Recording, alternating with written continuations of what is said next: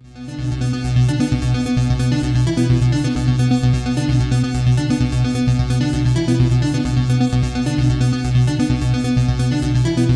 by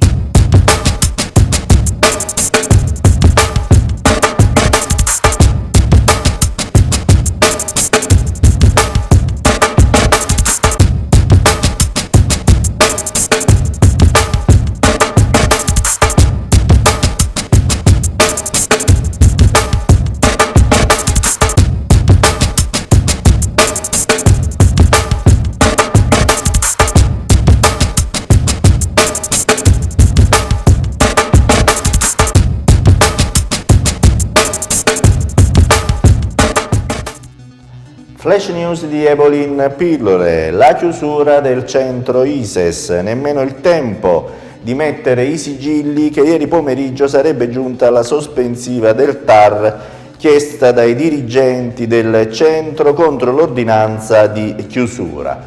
Sospensiva sottoposta a strette prescrizioni a noi non note. Niente di decisivo, ma un importante spazio per tentare una possibile soluzione. Adesso dobbiamo farci in quattro per garantire i pazienti e le famiglie dei lavoratori messi in grave crisi dalla gestione della struttura e dalle scelte sanitarie e politiche consumatesi sull'ISES, ha commentato in un comunicato Massimo Cariello.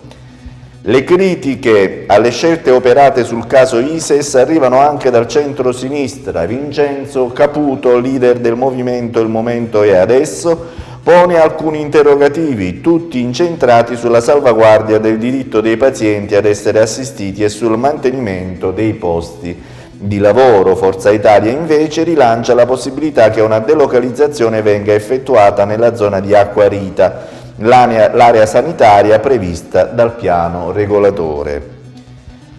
Secondo la CGIL, la vergogna degli immigrati ricattati per essere portati al voto del Partito Democratico in occasione delle primarie è stata possibile solo grazie ad una vasta organizzazione alla quale partecipavano anche i caporali cosiddetti etnici. In sostanza, la CGIL ieri mattina, in occasione di una conferenza stampa, ha indicato proprio nel rapporto stretto fra i caporali delle diverse etnie ed elementi locali la base sulla quale venivano sfruttati i migranti nel campo del lavoro, ma anche per utilizzarli come votanti del Partito Democratico in occasione delle primarie.